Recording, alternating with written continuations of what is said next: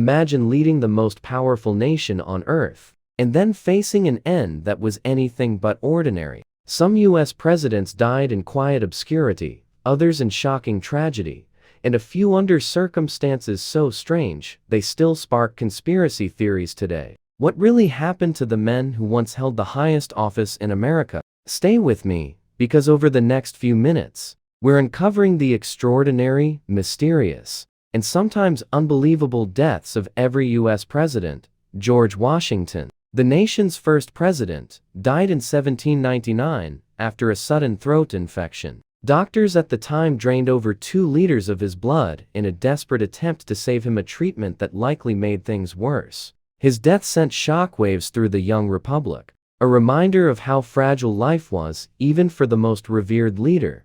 John Adams and Thomas Jefferson, 2 rivals who became friends in old age, shared a coincidence so eerie it feels scripted. Both men died on July 4, 1826, the 50th anniversary of the Declaration of Independence. A nation mourned, but also marveled at the poetic symmetry of history.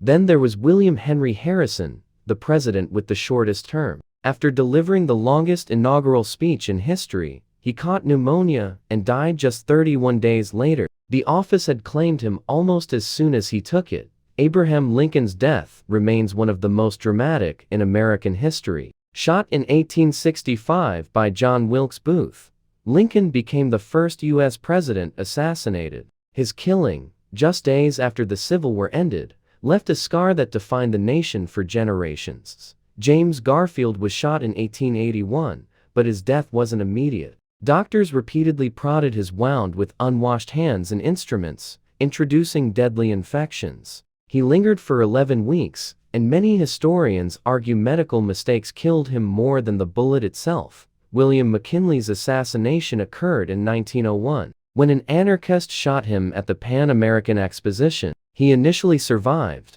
but gangrene from his untreated wounds eventually took his life. Then came John F. Kennedy in 1963, the most shocking presidential death of the modern era. The Dallas motorcade, the sniper's bullet, the Zapruder film Kennedy's assassination is burned into the collective memory of America. To this day, questions about conspiracy and cover-ups continue to swirl. And what about presidents who died quietly, like Dwight D. Eisenhower from heart failure, or Ronald Reagan, decades after leaving office, slipping away due to Alzheimer's? Each death marked not just the end of a life, but the close of a chapter in American history. From violent assassinations to eerie coincidences and tragic illnesses, the deaths of America's presidents tell us more than how they lived. They reveal the fragility of power itself.